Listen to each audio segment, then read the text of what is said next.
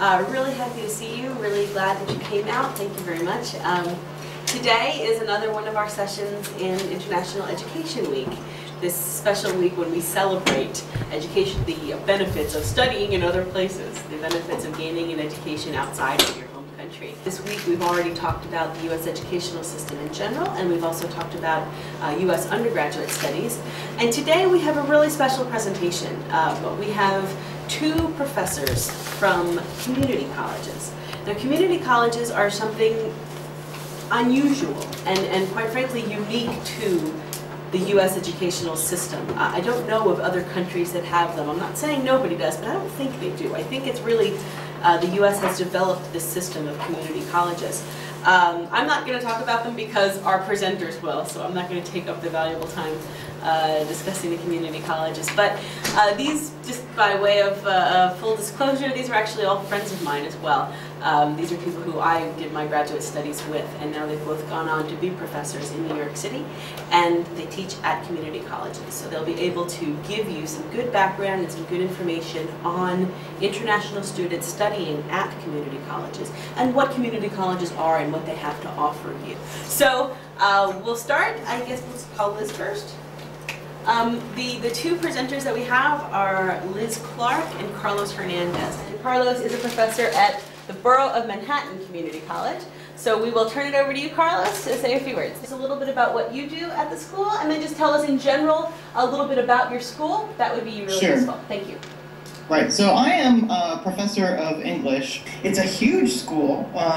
We are basically, especially since we lost the building, one big skyscraper of a university, and we hold right around 24,000 students here.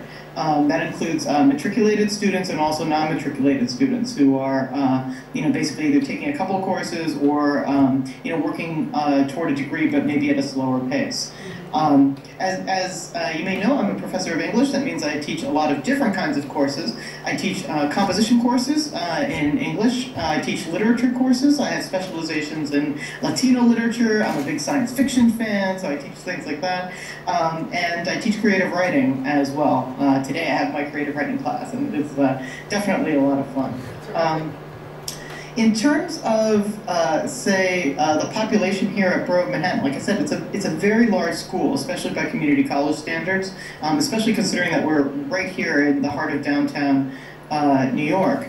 But we have a lot of international students here. I think there are a variety of reasons for that, but not the least of which is because it's New York City, and New York City, I don't know what you've heard about New York City and how dangerous it is or whatever, but quite to the contrary. It's actually extremely inviting, and it's a welcoming place, especially from those from other countries. We have over 100 languages spoken here, first languages that students bring to them to the classroom, and so it's a place where diversity is absolutely the norm. And as such, we have a huge international student population here, in the thousands. And that student population is very active. One of the things I do here at Borough of Manhattan is that I am the director of Phi Theta Kappa, which is the 2-year International Honor Society.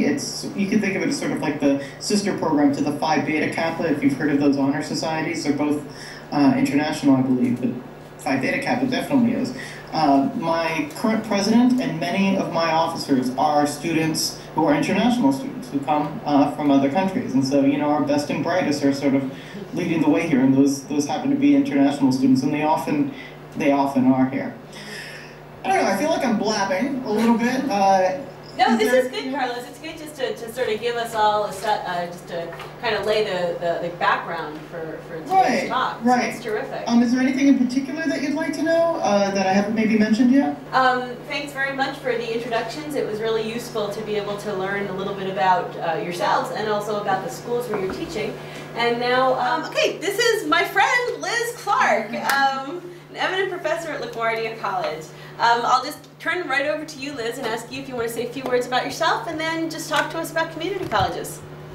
Okay, great. So I think what we're planning on doing is that we're both going to introduce ourselves, talk just a little bit about our colleges, then we'll get back on together to talk more back and forth.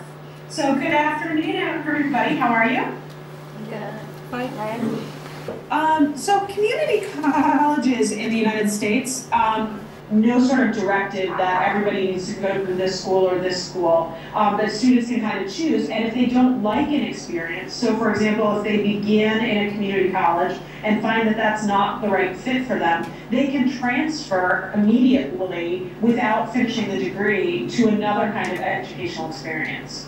And conversely, we have a lot of students on our campus who start off at a university who then end up transferring to the community college because they like the one-on-one attention.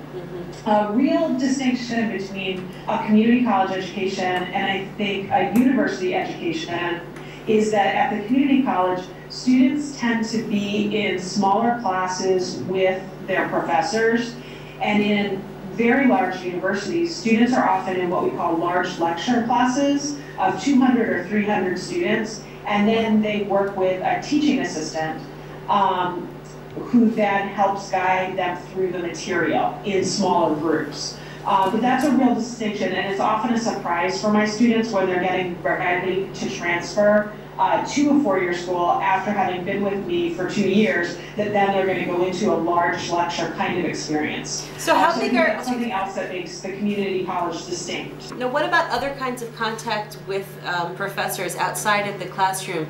Do you typically hold office hours? Do you typically interact with your students outside of the classroom for guidance or for support and help in their work? Let me tell you about my weekend. This weekend,